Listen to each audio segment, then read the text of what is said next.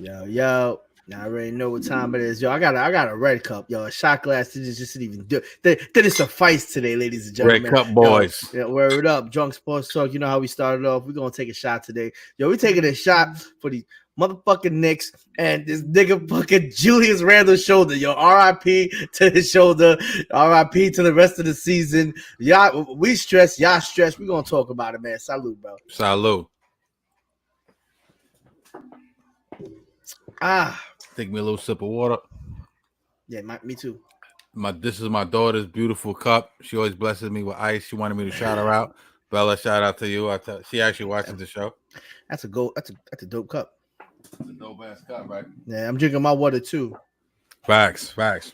Yo, I want to welcome everyone back to Drunk Sports Talk, New York's new #1 sports talk show. We are the voice of the streets.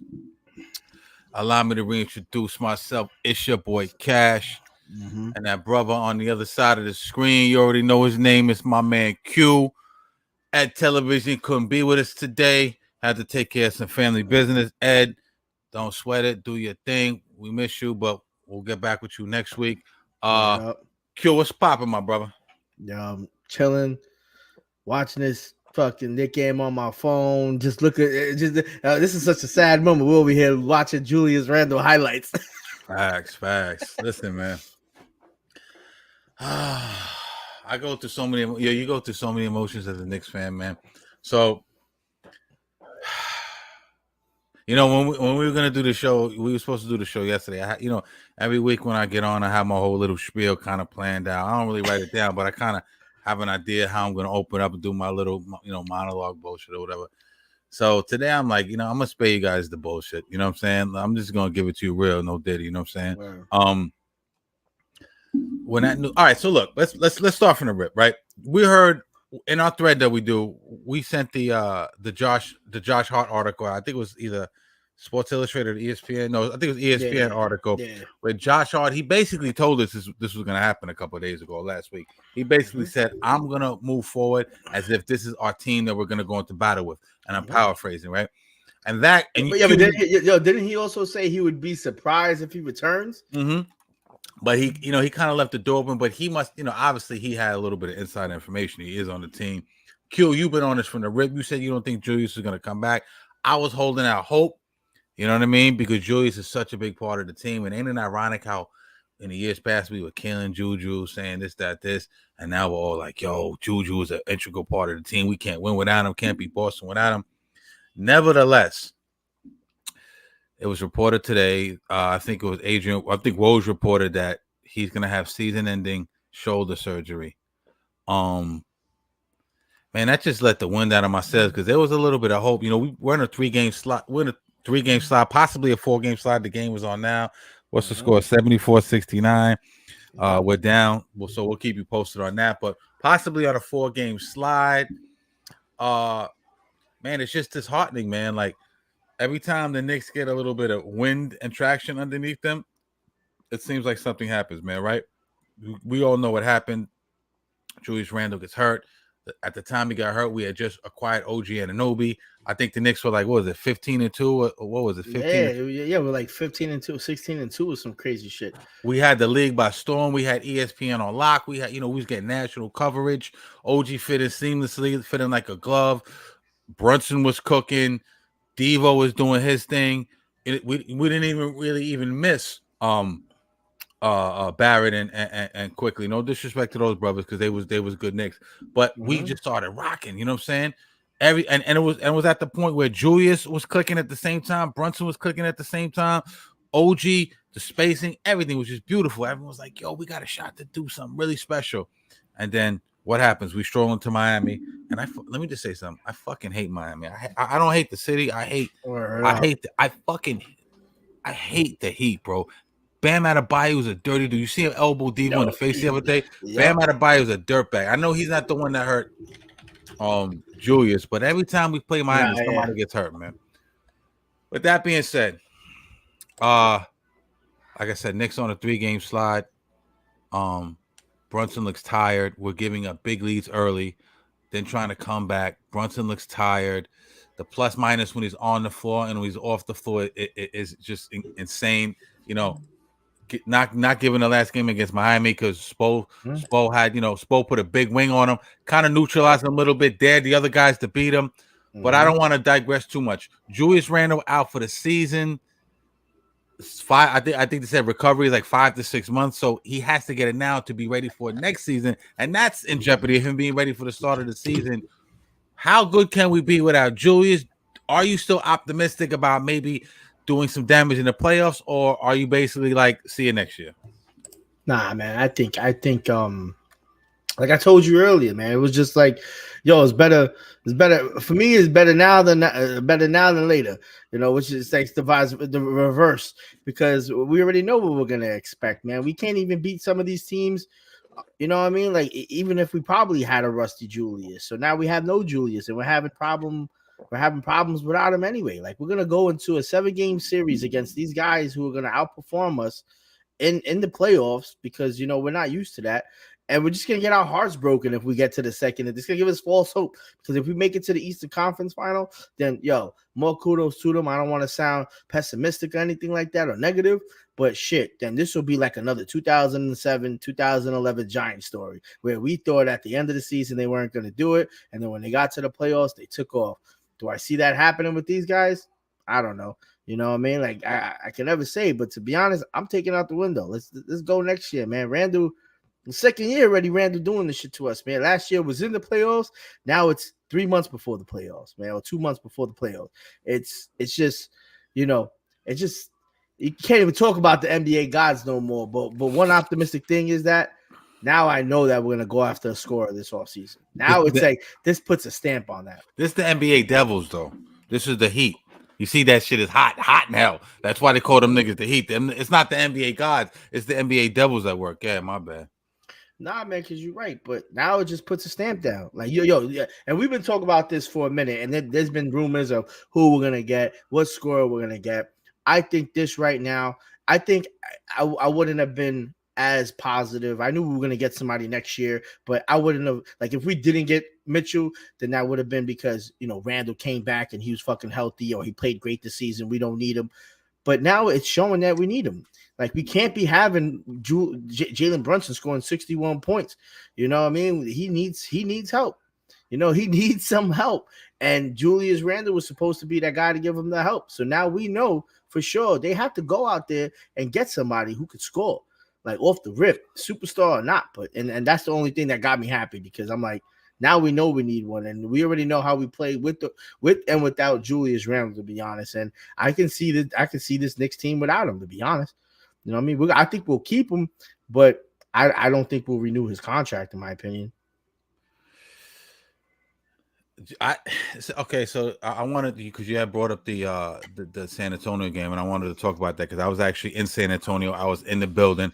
I saw how Brunson was cooking. I saw how Wemby was cooking. Wemby did some grimy shit, but we'll talk about that in a minute. But that building is electric. Listen, let's put things in basketball perspective. Everyone's an enemy of us. I saw the 1999 banner. They have 5 banners hanging up when you walk in the arena, and I had my Spreewell shit on. I got mad love. Mad Knicks fans was in San Antonio. We always travel well. Got mad love in the Spreewell shirt. The first thing I walked in, I saw the 99 banner, and this shit just made my stomach turn. That's the year they beat us in the finals in the lockout year, whatever. Shout out to everybody in San Antonio. They were great, because a lot of back and forth banter. It wasn't like when you go into Philly, sometimes some dudes be wilding out. They was talking their shit. I was talking. I was drunk. I was in the stands talking my shit. They was talking their shit. But at the end of the game, that love. Shout out to everybody. San Antonio is a great city. So I want to get back to that in a minute, because I want to talk about. We got to talk about that 61-point effort from Jalen Brunson, 2 points shy of Carmelo's all-time leading record. He was cooking that game, but also, like you said, I'm defer to what you said. You saw the fatigue towards the end of the game. It went to overtime. He was shot. He had no legs under his jump shot. He can't do it all. Devo didn't show up. Nobody really showed up that game. With that being said, I know I'm all over the place, but in terms of Julius Randle, I know last year he was hurt, right? The ankle, and I don't think, and I respectfully disagree, because I don't think these injuries are his body breaking down per se. I think these are sliding the him on some Jaja Pachulia shit with Kawhi. couple of Miami Heat low bridging him this year. It's not his body breaking down; it's plays being done to him. There's a difference. The difference if I'm on the court and I pull a hammy, or you know what I'm saying, or I get a soft tissue injury or something like that, and my body just breaks down without contact. That's just attrition. You know what I mean? But these are things being done to him. Julius is in very good shape. One thing you can say about Julius, all the times that people have knocked him, Julius always comes into the season in shape. He's never out of shape. Mm-hmm. You can tell he's in the weight room. You can tell he's working on his game. His 3-point guy, he used to be Super Bowl dominant. Give him credit. When Brunson came in, he learned how to work with Brunson. You know what I mean? So I don't really want to see Julius go. I want to see Julius see this through. I want him to get his due props. You know what I'm saying? But I will say this: is glaring hole that we definitely need a scorer, man. And we've been saying this from the beginning. We need a guy who can get buckets down another guy. You see Rozier, you see Scary Terry, even though he ain't that scary to me. You know what I'm saying? Yeah, but he's nice. So, and you see someone else to take the pressure off Jimmy, someone else to take the pressure off, Tyler Hero. He can get buckets at will. Yeah. Terry, we don't have a guy like that. Devo can, but Ragu is not. To a degree. To a degree. Absolutely. To a degree. We need that guy, man. We've been saying this. Now, OG, he's not that guy. He's a great fit. Don't get me wrong. Create spacing in the corner, lockdown defense, could guard pretty much 1 through 5. OG is a valuable piece, but he's not that bucket getter. I don't want a guy who's going to dish out 15 dimes. Mm-hmm. I want a guy that's going to get a guy who's going to grab 9 rebounds. Always a great rebounder for a guard or a 3. I want a dude that's going to be able to get buckets, take that pressure off Jalen and Julius. And if God forbid one of them go down, we don't have a situation like this. Because right now, as good as McBride is, as good as Josh Hart is, and I love these guys. These guys are warriors. I think McBride is just going to get better. I like McBride. I think he's going to be able to fill those Quickly shoes. Yeah. You know what I mean? I didn't think we could fill those shoes, but Quickly did leave a little bit of hole in that second unit. But I think that we definitely need that guy, man. Now, could it be Spider? We don't know. Could it be maybe Book? Book is a CAA guy. Maybe we go. Maybe Phoenix collapsed this year and they decide to break it up, or Book gets disgruntled and wants out. Who knows? Phoenix is not looking that great this year. But I do agree with you. We definitely need a bucket getter, in my opinion, and we need one in this offseason. We have to make a move. Even with Julius back, I wasn't 100% sure. Even them clicking on all cylinders, if we could beat Boston, or we could beat Denver, or even Minnesota. Even though we beat all these teams this year before Cat went down, I wasn't 100% sure. What's your thoughts on that? Yeah. No, I agree, man. And I just, and I just want to just go back to what I was saying. It's like, I'm not saying I want Randle to leave. I just think because I was right about the Barkley. I was right about, I was right about Randle probably not coming back. I could possibly be right about them not signing him back, because this all keeping a buck. That's a shoulder injury, man. Like, that shit's not the only positive thing about that negative time and negative moment is that it's not his shooting arm. It's his right shoulder. Yeah. So we got lucky, because if it would have been his left shoulder, then I'd be like, all right, we're fucked now, because you know what I mean? Like, who knows if the surgery is going to take, the strengthening. Obviously, they're in a totally different class. But, even when I was doing my shoulder, my shit was still popping out. And it's always going to be susceptible to happen again as soon as it happened once, no matter what type of surgery you have, no matter what type of strengthening condition you have. That's bone on bone. It's not like there's going to be a permanent screw that's going to be there and say, no, never dislocate again. It could still happen if somebody cuts him over and he goes down his right arm, and the shit can still pop out again, and that shit will just be even worse. It could possibly turn into a recurring injury, and it just sucks because of the type of years we have. And it is definitely not his body breaking down. Like, I agree with you. It's just unfortunate moments that he happened to endure, and, I think he's going to come out of it. I think he's going to come back the same Randle, and I do think he's a key piece, and I would love to see him, play with the next major scorer that we get, and then that'll be our big 3. And then I really think, because Bogdan and Burks haven't really been doing it for us. I think, either Hart or Devo need to start coming off the bench.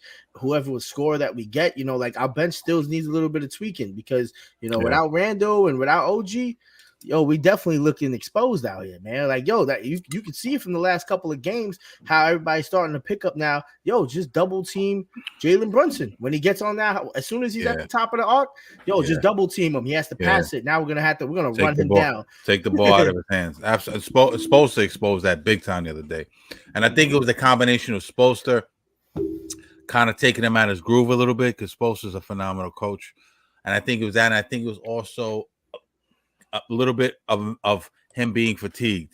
So I think it was like a mix. And one thing I want to say about Jalen Brunson, man, we could talk about Jalen Brunson all day long, and I want to get back to the 61-point game because that was phenomenal, even though they lost. Jalen Brunson, did you notice that his cross is getting iller? Have you peeped his cross lately? Yo, his cross is getting sharp. He didn't have, he had a cross, but he has that boom boom. Yeah, he has that New York snap cross. Yeah, that fucking and I hate to reference his name because he used to be a Heat, but that Tim Hardaway cross, that boom boom. You know what I'm saying?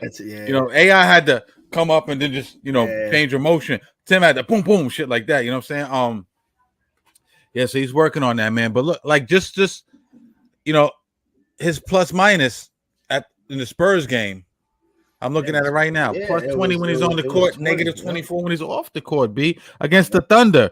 Plus 17 when he's on the court, negative 18 when he's off the court. Right now, there's nobody that's going to step up. And this is not a slight to anybody on the Knicks because I fucks with Josh Hart. Like I said, I fuck with McBride. Ragu, phenomenal. For the money Ragu is making, he's a phenomenal pickup. So is Josh Hart. So is Precious. Mitch is back. He's getting back into the form. He's getting back into his groove. Hartenstein, the phenomenal. These guys are playing their hearts out. I'm not here to shit on anybody. I think Tibbs is doing a fabulous job as well. I just know that this isn't enough. And even with Julius, I don't know if this is enough. You know what I'm saying? That's my only point. You know what I'm saying? But what's impressive is, and I always keep saying this, but and we all like the Knicks lately, especially as of late, they've always been playing from behind. They always get these wicked ass leads, 20-point leads. But they come back. Like they come back. Stop, like it definitely has to stop. But right now, if the Knicks ain't the most fucking interesting team to watch because they can cut a 21 lead and then come back and then cut, like they did it in all three games. Like we literally could have beat the Heat. We could have won. We could have beat the Thunder. We could have beat the Spurs. And a lot of it. And I think the topic that we got to speak about too is the all-starness and the superstar aura around Jalen Brunson. He's not really getting it. They be calling him. They don't be calling the fouls on him, man. Like there's a lot, and it's a lot. And if you notice, it's a lot of the key moments, like that last shot against the Spurs game, man. Yo, when he went up there for that layup, he got fucking hacked. Yo, the Spurs game or the OKC game? Because there was a bunch of them. There was the Spurs and the OKC shit. No, it was the Spurs. It was the Spurs game. It was the Spurs game because that's when they went to overtime. So it was that last shot that tied the game, and he got hacked, man. Like facts. He went to the ground like, yo, what the fuck? They just allowed to do this, and that's what tied the game. Like, and if you go to the line, yo, now we up by 1. Like, we probably don't even go to OT if they call that foul. And that's what they're not giving us. But then they'll call a fucking jump ball violation on Mitchell Robinson. Yeah. It's almost like they're biased against the Knicks, man. Like, Brunson, he's like, you're absolutely right, man. He's not getting any calls. I know he's frustrated. Tom Thibodeau, you heard him the other day in an interview. He's frustrated, and it's frustrating. Even you're absolutely right. The calls against the Spurs, and that last play against OKC, that was a foul, bro. That wins the game for us. That would have been a big fucking win because OKC is one of the top teams out in the West, and that would have stopped the bleeding, gave us a little bit of confidence. We've dropped down in the stands now. I think we're in 5th, right? What's the score? I don't even know what the score is, right? I'm looking at the score. We're up by 3 right now. We're up by 3, so we definitely need this win. But I believe we're in 5th place right now, right? And it's dicey. We have a bunch of hard games coming up these next couple of games, man. Fuck around. Theoretically, we could be in a play-in if we're not careful. So we gotta maintain it. To win tonight kind of levels us out and calms things down to an extent. You have the schedule up. I want to pull up their schedule, man. I think they have the Bucks. I don't know if you could pull it up, but yo, listen, it's do or die time, man. couple of games left. What is like 7 games left after tonight or something like that? I think it's like 5, bro. 5 games left, whatever it might be. Like, yeah. So right now we have. So what's left? We have. What's next? We got 6 games left after tonight. Mm-hmm. So we got the Bulls tomorrow. Not an easy win in Chicago, right? Yeah. And then we got the Bucks. Then after that, then we got the Bucks on Sunday. I know they're sliding, but Giannis and Dame and all them Brooklyn, they're always a threat. I know they playing like shit, but yeah. They just lost to the fucking Wizards and the Grizzlies. Yeah. But I don't give a fuck with nobody. So when you have Giannis and Dame, that's not a gimme. I don't give a fuck with nobody. It's not. It's like playing NBA 2K. Your opponent's just having a bad game. Right. You know what I mean? But he usually busts your ass. And Doc tripping right now. We're not even gonna get into that, but Doc tripping. Anyway, go ahead. And then after that, after the Bucks, then we got the Bulls again on Not Tuesday. an easy win again. And then we got the Celtics on Thursday. Dog. And after that, we got the Nets, and then we finish it off with the Bulls again. Yeah, we got the Bulls 3 times in the next fucking 6 games. Yeah, that shit's crazy. That's gonna be somebody crazy. fucked up. But like, if we could, somebody fucked up. If we could definitely beat the Bulls those 3 times and the Nets and win tonight, I wouldn't be that mad if we lost to the Bucks and the Celtics to end the season. Fuck it, end it on a what? That'll be like on a 5-5 or whatever. So, like a 5-5 for the last 10. Yeah, hell yeah. But I want to, before we go on, because I want to close the next stuff out, man, and we'll tap into. You don't want to talk about the game, son? What game? The next game right now? No, the game that almost the 61-point game. Oh, we're gonna talk about that. I want to stay on Julius for a minute because it's such okay. Such crazy shit.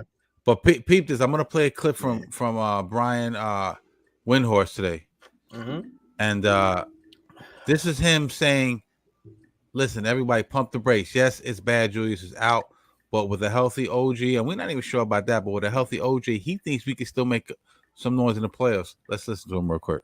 Understand, Julius Randle was probably always going to need surgery on this injury. When you dislocate your shoulder, a lot of times you're going to need that surgery. Sometimes you can rehab to strengthen the muscles around it so that you can kind of get through a season to delay surgery so you can play. That's what he was going for. Had he had surgery immediately after this injury, he still would have been out for the rest of the season. This wasn't a situation where if he had surgery 2 months ago, he'd have been back for the playoffs. It's a 5-month recovery timeline for this type of procedure. In fact, him having surgery now, he's not even for sure going to be able to start next season. That's how long the timeline is. So that's one thing you just need to understand. The second thing I'm going to say is just because Julius Randle is out doesn't mean that the Knicks have no chance of making a playoff run. I think the team kind of knew for the last couple of weeks that Julius's return was not going to happen. In fact, earlier this week, Josh Hart said, "Look, we're operating as if Julius isn't coming back," or he said, "We're just going to assume that they're not coming back." The key thing, Stephen A., is whether OG Anunoby can come back because he's dealing with this elbow issue. He's already had surgery. This is a re-aggravation of it. They're 15-2 when OG plays. OG can fill some of the gap that Julius, fans understand. Julius Randle was probably always going to need surgery on this. All right, so listen. Pardon me, I'm gonna put some ice in there, but this is drunk sports talk. Word up. You don't see me. Look, I don't even have. I'm so stressed out. I'm drinking out of a red cup and straight out the bottle. Plastic cup, boys. I already killed this whole joint. Yo, so again, just to reiterate our earlier thoughts, because I know you talked a little bit about this. He seems to think we can make a little bit of noise in the playoffs with the right matchups. Now, what do you think about that? I think so too. And to be honest, that's if OG comes back, right?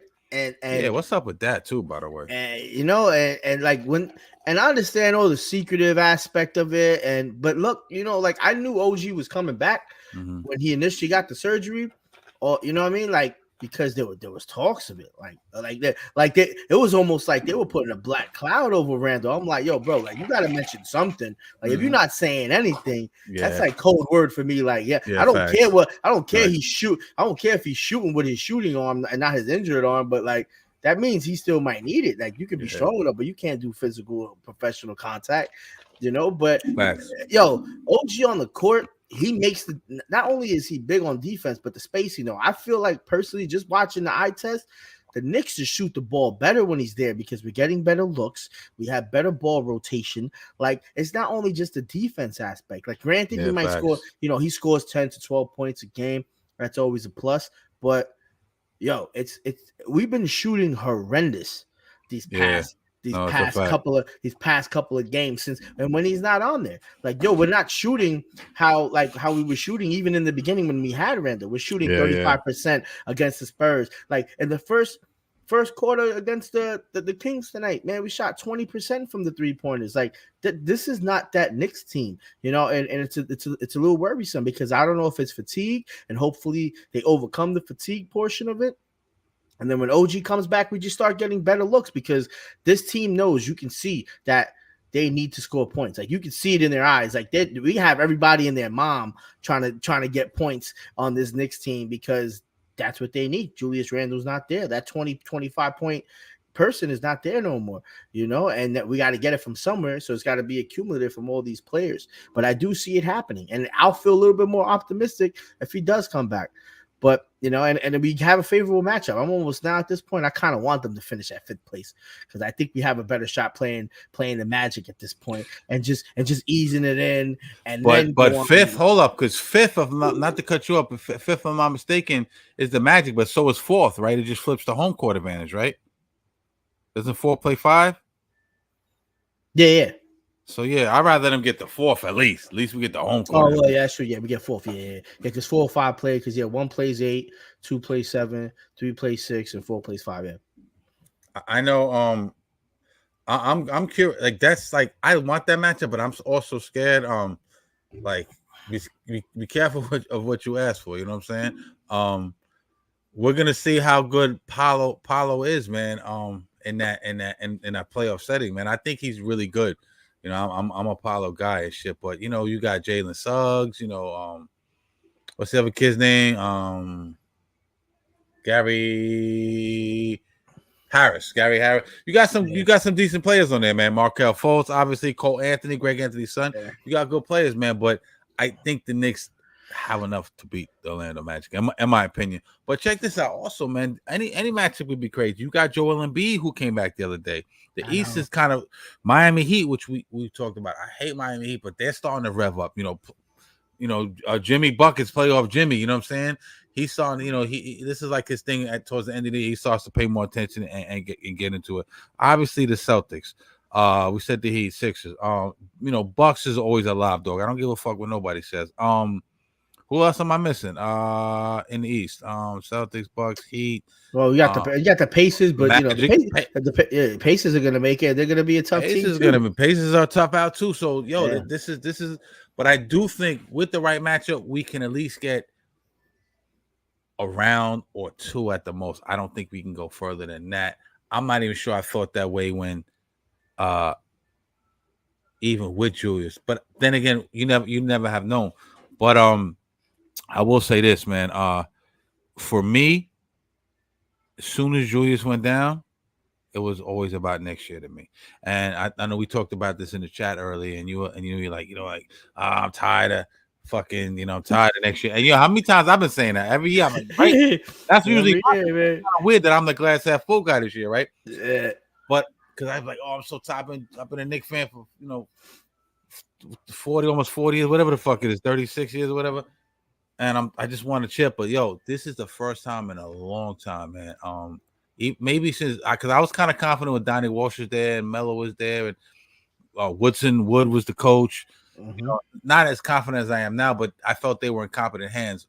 Even though they made that bad mistake bringing Melo off all those players at the trade deadline when they should have did it at the end, they could have signed them next year.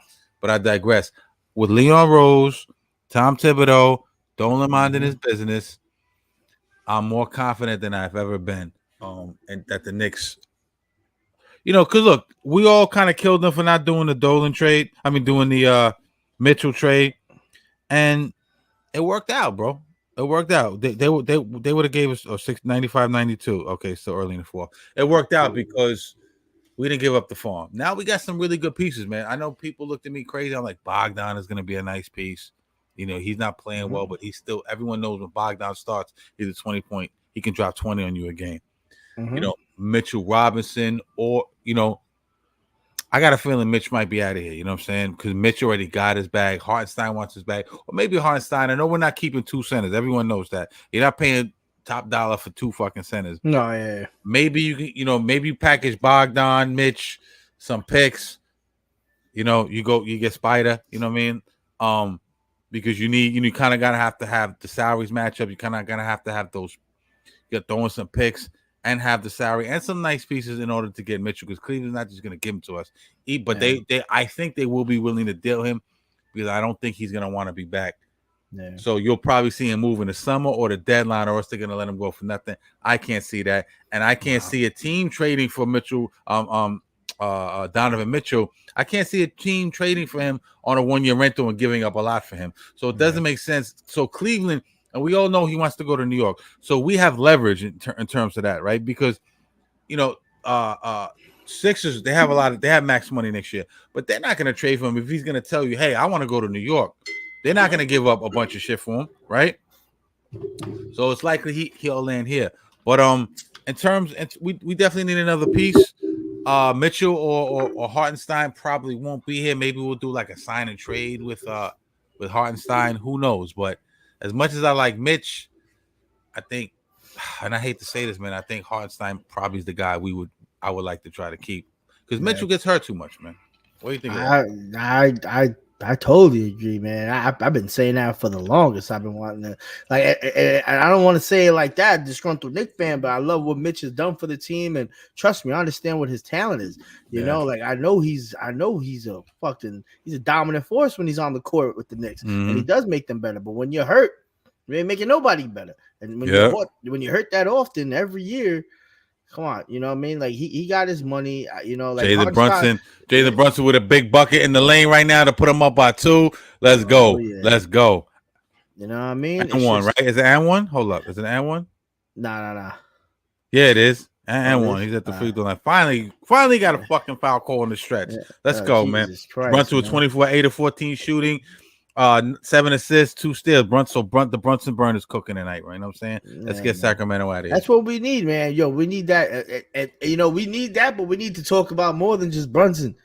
Like, you know what I mean? Like, let's keep it. What happened to that stretch where Dante was just tearing shit up, man? Like, I think everybody's feeling fatigue. Everybody's feeling tired. They have to make shots. They know, and then when they get down,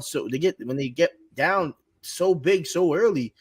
Like, I feel like this team, like, and they eventually come back, but like, it's not pretty. They're chucking up threes from crazy areas. It's just like, yo, just play, just fight back a little bit smarter. Like, you gotta be wary of your turnovers, man. We can't be turning the ball over. Like against the Spurs, like there was way too many fouls called on that game, man. Like that shit was ridiculous. The Knicks is not a team that does that. We do not turn the ball over. We win on the rebounds. We win on the 3-point percentage, and we win on getting the most fouls called. That's how we win our games. That's how that's our defensive physicality type of game that we play, but we haven't really been playing that type of game, and I can understand why. But you know what I mean, they more power to them, man. Like I really hope we could do something, man. Like I think it's gonna be very interesting to see how we go up against, because I know there is long stretches the Knicks go and come back out of nowhere. So I'm really interested to see how these other teams who don't have no playoff experience, like the Magic and the Cavaliers, you know what I mean? Like if we would happen to face them, I would like to see how that matchup would be, because I already know how those. Yeah, you know what I mean? Like I didn't even bring up the Cavs. That's another team in the East. Yeah, damn. You know what I mean? Like because they're 3. So like just like if we see them, whatever team we see in the first round, I think that's going to be the easiest round, because I think we're just number 1, the better team, and number 2, I think we could go for the long haul. The team we face in the second round is going to have the more experience in the playoffs. And if we get to the Eastern Conference Finals, we're probably just going to get like we'll probably win like one game or some shit. Josh Hart with an and one. Knicks up 99-95. Now we're getting the calls. That's right. Big bucket by Josh Hart. Josh Hart is so clutch, man. Shout out to Josh Hart. Yo, you know why I like Josh Hart, man? Like he has, and I think he should do it more often. Like I feel like he don't utilize his capability of driving to the basket as often as he should. Only on the break, not in a half court setting. And he's out on a break. He's coast to coast. You know what I'm saying? Yeah, but why can't he do? I feel like I think that's something he needs to work on. I think he needs to start utilizing that even in the half court. Because he doesn't have Josh doesn't have like a super great handle. He you know what I mean? He can't get to his spots as much as other people can, like a Brunson. Brunson's like a wizard with the ball. You know what I'm saying? Even Devo, even McBride gets to a spot, kind of gets to his spots when he needs to. But yeah, I agree with that. But yeah, even like cutting to the basket, like even because like I feel like he needs to cut to the basket more, and I think that's what the Knicks need to start doing, especially when they're down by so much and the threes ain't falling. I don't see that many people really cutting to the basket for these. Like today, I saw it a couple times. Hartenstein had a couple of good passes and shit, but. You know, we need those type of easy plays. That's just regular fundamentals, man. When your team is hurt, that's what you got to revert back to. Yeah. Nah, but I'm excited, man. I'm vested. I can't just pull out, right now. You know what I'm saying? I'm invested in the season. Word. I still think we're gonna do some things. I think we're scrappy. I think we play good defense. We have shooting. You always have a chance when you have shooting. I just think like everyone plays hard. Tibbs got everyone balling for them. People be like, Tibbs, we running dudes into the ground. Who would want to play for Tibbs? You got to be a special type of dude to play for Tibbs, man. You got to be a dog. Tibbs likes them dogs. You know what I'm saying? Mm-hmm. And I think Tibbs is doing a great job, man. Shout out to Tibbs. I think Tibbs could possibly win Coach of the Year again. I don't give a fuck what nobody say, man, because with the injuries we've had, and I'm slurring because it's Drunk Sports Talk as always. With the injuries we've had, he's had this team playing great ball, and I think Brunson's an MVP candidate, man. Having us, keeping us in this race because a lot of teams lose 2 or 3 guys and just fall out off the fucking face of the earth. So shout out to them. I think we can make some noise. I'm hoping we make some noise.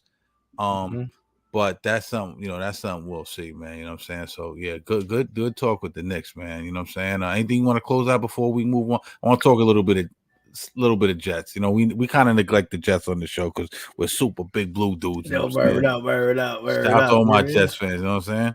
Facts, yo. We gotta show y'all a little bit of love as well. And plus y'all making sound waves, man. Y'all making sound waves. Y'all dropping whales into the ocean, splashes. Yo. Let me. All right, let's just set it off, man. Like, because we didn't get to talk about this. I don't know if we. Oh no, you know what? Let me finish my breakfast. Shout out to Billy Walker because we didn't shout him out. He was on the show last week. Word. AKA you might know him as Henry Walker, but Billy Walker, former New York Knicks, former Celtic, former Miami Heat. Gave us great insight, man. It's always great to talk to an NBA player, you know what I'm saying? Because they have insight of the game. We played ball and but these guys did it at the highest level. They know the ins and outs. They know the intricacies of the business, of the politics. So shout out to Billy Walker, man. He gave us a great interview. If you haven't seen it, man, make sure you check out our channel after you hit subscribe and after you hit the like button and after you hit the bell. Right, because we're getting the views, but we're not getting the subs we like. You know what I'm saying? Let's push these subs out, get to 1,000. But go check out Billy Walker. He gives you insight on the Heatles. You know what I mean? He gives you insight of playing with Wade. Gives you insight on Eric Spoelstra, Pat Riley, James Dolan, Kobe Bryant, LeBron. Just gems, dog. Doc like Rivers. Gems after gems. Doc Rivers. Melo, Amari, that whole 2013 thing. So yeah, make sure you go back and check that out, man. But yeah, man. Knicks up by 500 to 95, 7 minutes and 40 seconds left in the game in the fourth quarter. So fingers crossed. Good defense right there. Josh Hart with the ball. Josh running down the court. We don't usually do this, ladies and gentlemen, but you know what? Tonight's a special night. Yeah, we just talk. We just drinking and vibing tonight because that television couldn't make it tonight. We can still do the show without him. You know it. Shout out to my brother at television, but the show must go on. Y'all do it without me. And by the way, I'm not chic. You feel me? Nah, but yo, all right, let's talk a little bit of Jets, man. Because I wanted to, because we didn't get a chance. Like I said, we didn't get a chance to talk Jets last week. Nah, word. Jets. The Jets have been making some big moves, man. The latest move they made, and we didn't get a chance to talk about it, is they acquired pass rusher Hassan Reddick from the Eagles. When they did this, I was like, "Oh, okay." So they, I know. Last year they was going for it and everything, and they put a really dope defense together. And we don't know what the Aaron Rodgers getting hurt in 4 snaps and Zach not playing great, and and then the whole shit with what's the thing with the coach? Not Joe Jogler, Robert Saleh, him getting a lot of criticism last week, but they pick up Hassan Reddick from the Eagles, phenomenal pass rusher. For what? For Joe Douglas, additional 2026 third round pick that becomes a second round pick if Reddick plays over 67.5 of his snaps. Yeah. And last season, but he also has to get, I think, 10 sacks too, I believe. Yeah, that's what I said. Yeah, gotta get 10. Yeah, gotta get. Oh, okay. Snaps this season. It has at least 10 sacks. My bad. Yeah, you're absolutely right. Dude's a baller. Yeah, he's a dog. You know what I'm saying? And I like it. It's an incentive-laden based contract. So, they stiffen up that defense pause already, which is already a pretty stout defense. We know they secured that line. Brought those guys over from Baltimore. When it got Mike Williams, right, alongside 17 Garrett Wilson on the other side. They're talking about maybe getting Brock Bowers in the draft. Brock Bowers a tight end, even though I'm not. I was like, what? I was talking to one of my Jets fans, and I was like, yo, why would you get Brock Bowers? I thought, even though Osama's gone, you still got Jeremy Ruckert. I thought he was going to get a little bit, maybe develop a little bit more. But now I'm looking at Brock Bowers, phenomenal route runner, can block, kind of reminds me of Travis Kelce a little bit. So I wouldn't necessarily be mad about if they got Brock Bowers, but I do think they should at 10. They sit in 10 in the first round. If I'm them, I'm secure. I'm securing that O-line a little bit more because the guys they did pick up are a little bit older. So listen, Stephon Diggs was traded from the Bills. That weakened the Bills a little bit. That AFC East a little bit more open. I thought the Jets staying healthy. Let's put the caveat of them staying healthy. I thought with all the acquisitions they made, Joe Douglas secured that line. Phenomenal job by Joe Douglas. That was always been a knock on him. Secured that lineup, added some defensive pieces, added that next big baller, wide receiver, playmaker that they needed so desperately. I thought they probably had the AFC East anyway, barring that no injuries happen. And that's a big bar because, those guys are a little bit older and some of those guys are injury prone that they picked up. But like I said, the East gets weaker. Patriots, not really players right now. We don't even know if they're going to draft a quarterback. You're hearing a lot of noise about them trading that pick. Maybe the Giants trading up, doing some shit with the Patriots, potentially getting Drake May. Who knows? We'll talk Giants next week. But my question to you is, are the Jets now the clear favorite in the AFC East now that the Bills have been weakened and that they made all these moves? Yeah.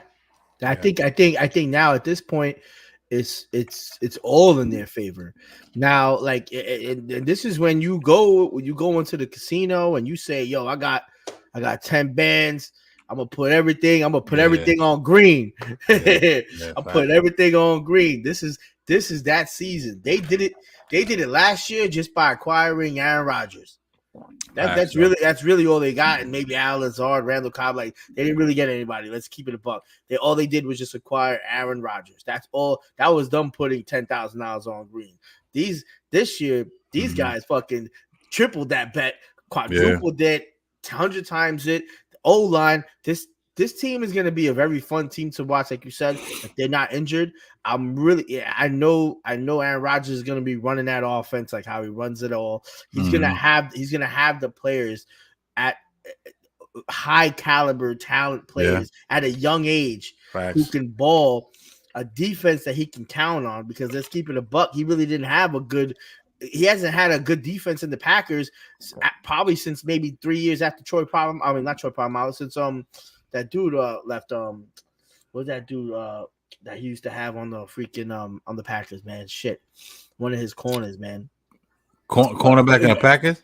No, yeah, the cornerback was like, because Greg Jennings was getting all old and shit. But he really doesn't have that. He never really had that. The games always fell on his shoulders. He's doing Hail Marys.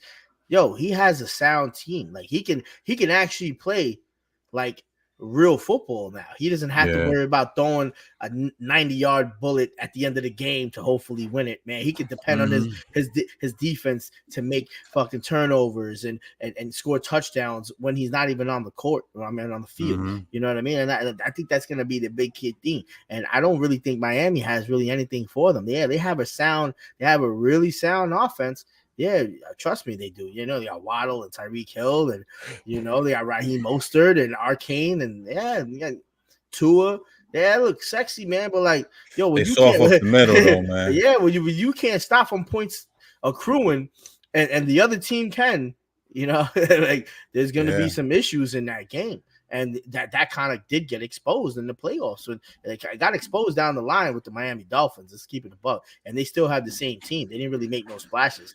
Yeah. So Miami, I think they definitely got to be they definitely have to be the favorites, man. Like for once, I'm more excited to watch the Jets than the Giants. I don't think that's crazy. I'm about to jump out of a window saying that shit. We're gonna talk a little bit of Giants next week. We talked a lot of Giants thus far in the offseason, but as of right now, it's speculation. We can get on here and say, they're checking out these wide receivers in the second round, or are they talking about Drake May, or are they talking about JJ McCarthy or Malik Neighbors? We can go on and on and on. It's back and forth. We don't. At the end of the day, we don't know what they're gonna do. We can only speculate. So we'll talk more about the Giants as it approaches the draft, and we have some more concrete, not everything just being theoretical. With that being said, I agree, man. What really gets me going with the Jets is, man, the two biggest acquisitions. Mike Williams, I think is just a phenomenal pickup, man. And I know he's coming off the knee injury and everything, but if he's fully healthy, that's just going to open that offense up, man, in terms of the passing game. You know what I'm saying? I mentioned Jeremy Ruckert. Tyler Conklin is no scrub. You never know, they get Brock Bowers. That'd be great. But just players they got here now. That left tackle, Tyrone Smith, man, that's you can't go. You couldn't go into the season without having that. Just couldn't do it. I agree. That's as a right hand quarterback, right? He's an all pro bowler. That's what you needed, for Aaron Rodgers. Now John Simpson as well. Elijah Vera Tucker's back. They said they're going to keep him in a position, like the right tackle, right, a right guard or something. Yeah, they're gonna keep. But they was moving him around last year. They're gonna keep him in one spot this year. We got Morgan Moses. That offensive line is great. And then on the defensive side, Javon Kinlaw, that was a great move, right? Javon Kinlaw, obviously Quentin Williams is a baller. Hassan Reddick, CJ Mosley's back, Quentin Williams is back. Sauce is all pro corner. Sauce, I mean, they have a fucking ball. They balling over there. You know what I'm saying? If they can stay healthy, they're gonna smoke shit in the AFC, man. I know Patrick Mahomes. I know what's the name? Derrick Henry to the Ravens and all that, but the Ravens lost a lot of pieces on defense. I understand that Joe Burrow and them got a little bit weaker this year, in my opinion. Now Houston got a little. Houston got stronger. Houston's a little scary. They moved up a little bit. Houston is motherfucking scary. Yeah, bro, they scary. They got Tank Dell. They got Tank Dell already. He's coming off an injury, but still, they got Tank Dell. They got CJ Stroud, Nico Collins. Now they got Stephon Diggs. They got Joe Mixon. They got Joe Mixon, bro. And they went to the playoffs last year without three of those guys. Yeah. Daniel Hunter on defense.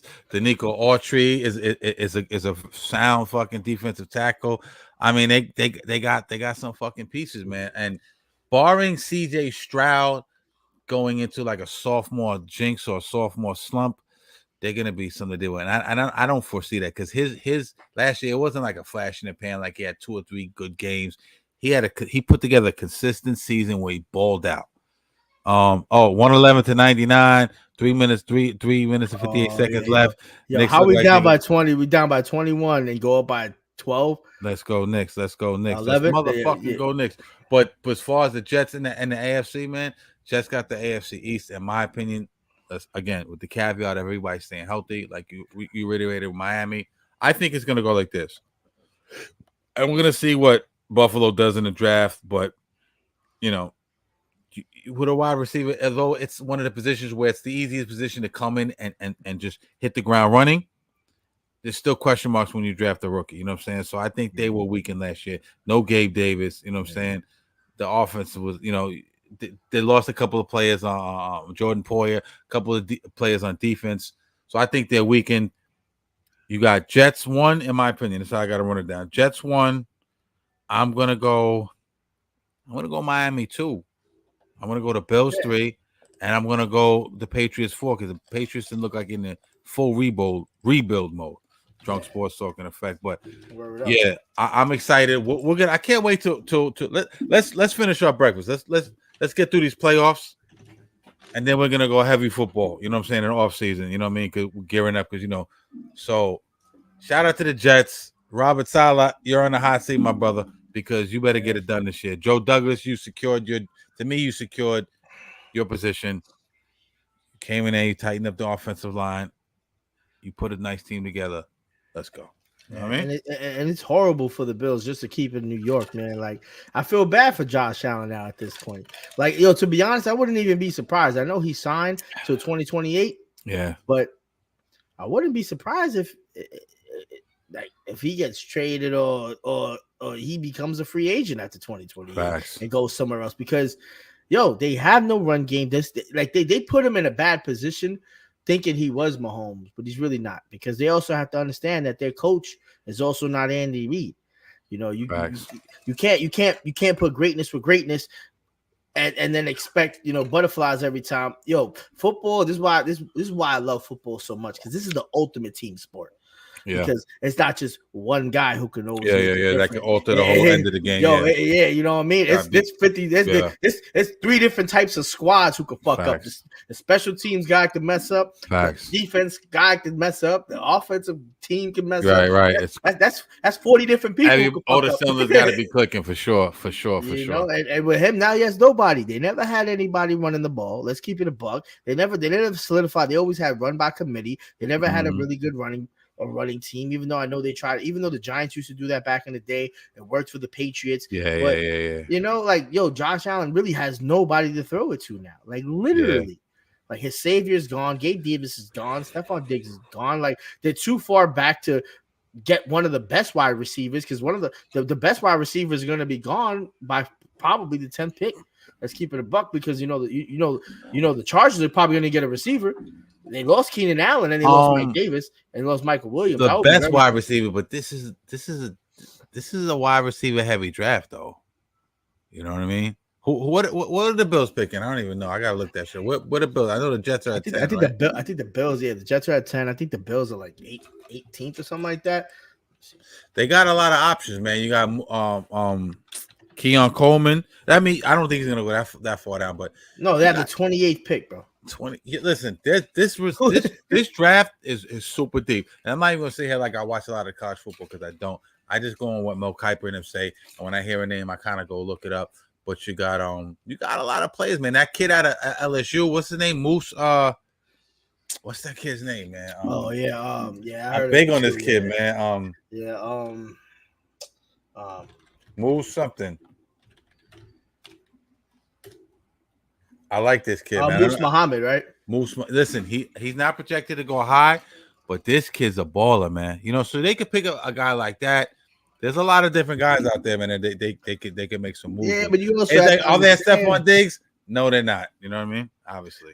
Well, yeah, but they could. But like, we also gotta understand, man. Like, it's the same thing. What I was thinking about Randle, man. He's gonna be 1 year older. You gotta build through these things. You gotta build the team again. But at least the Knicks is in a better shape. Josh Allen's gonna have to work with a whole brand new team and build them up 1 year over. Like now he has to build these young guys and learn how these young guys play. This whole new wide receiver core. Granted, he could do it.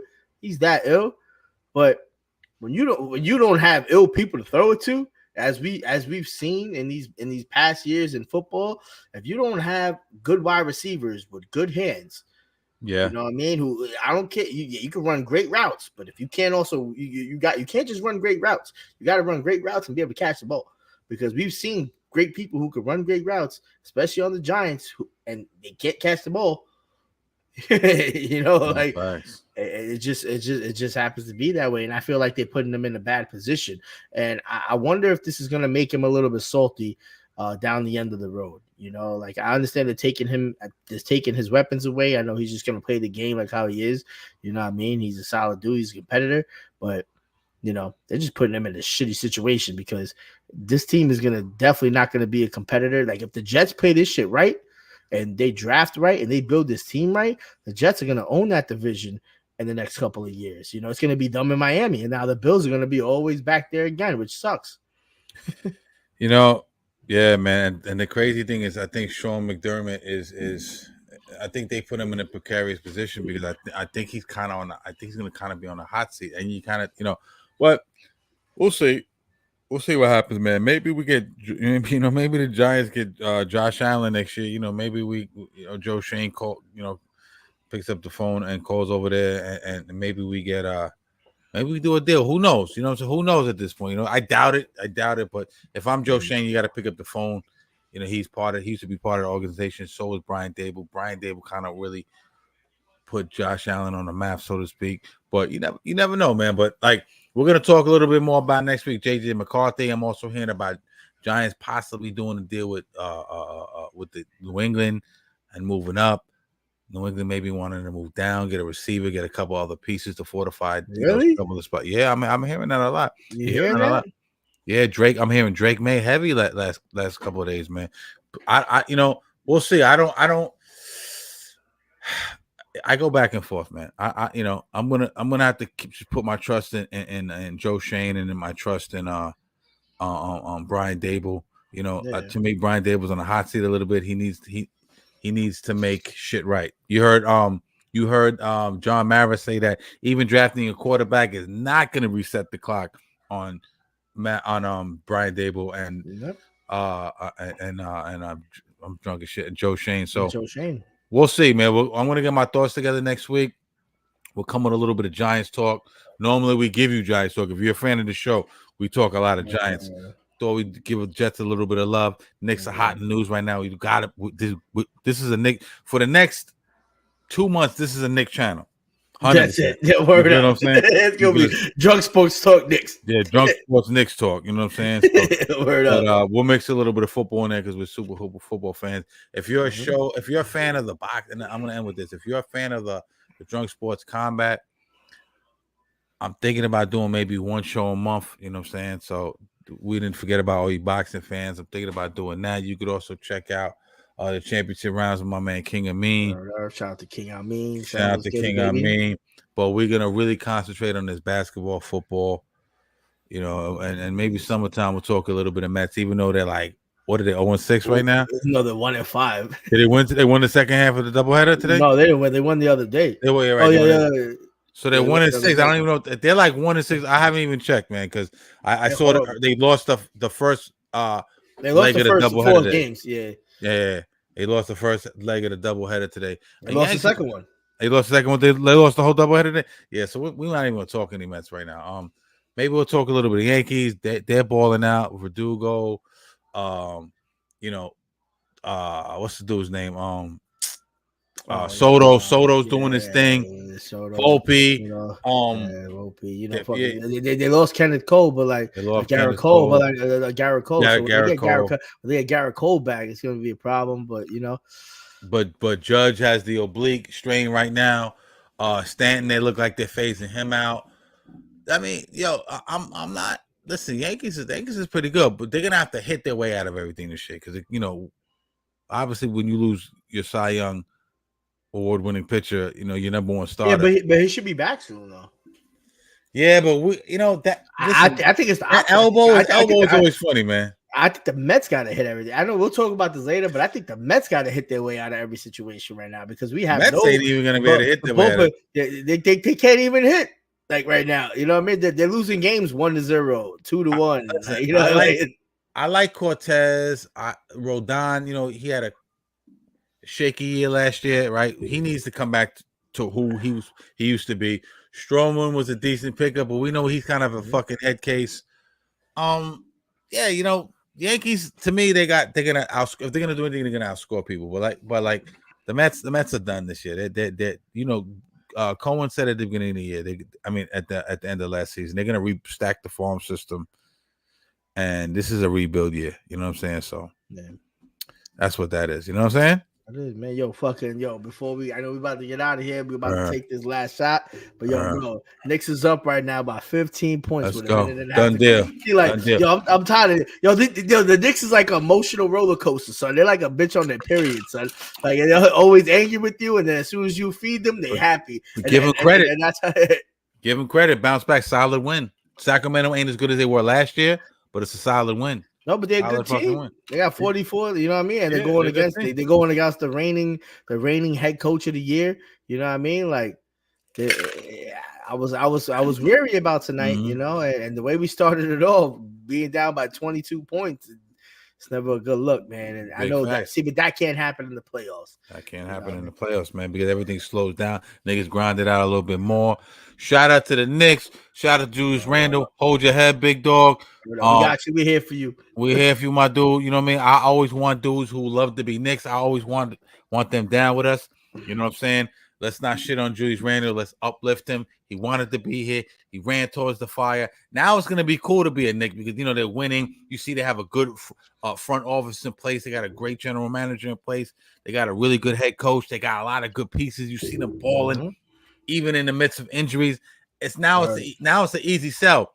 But let's give props to the dude who wanted to be here when shit wasn't all pretty and shit. You feel what I'm saying? Shout out to Julius Randle. Shout out to Josh Hart. Go New York. Go New York. Go. We ain't going out like that shit. We ain't like in New Jack City. We ain't going out like Pusshead and Blackie. You feel what I'm saying? Word up. Let's get this toast popping. Get the toast. You already know. I can do it. Do I gotta do the toast? Yeah, you want to do it. You want to do it. Yeah, you do it. You do it, son. You want to do it.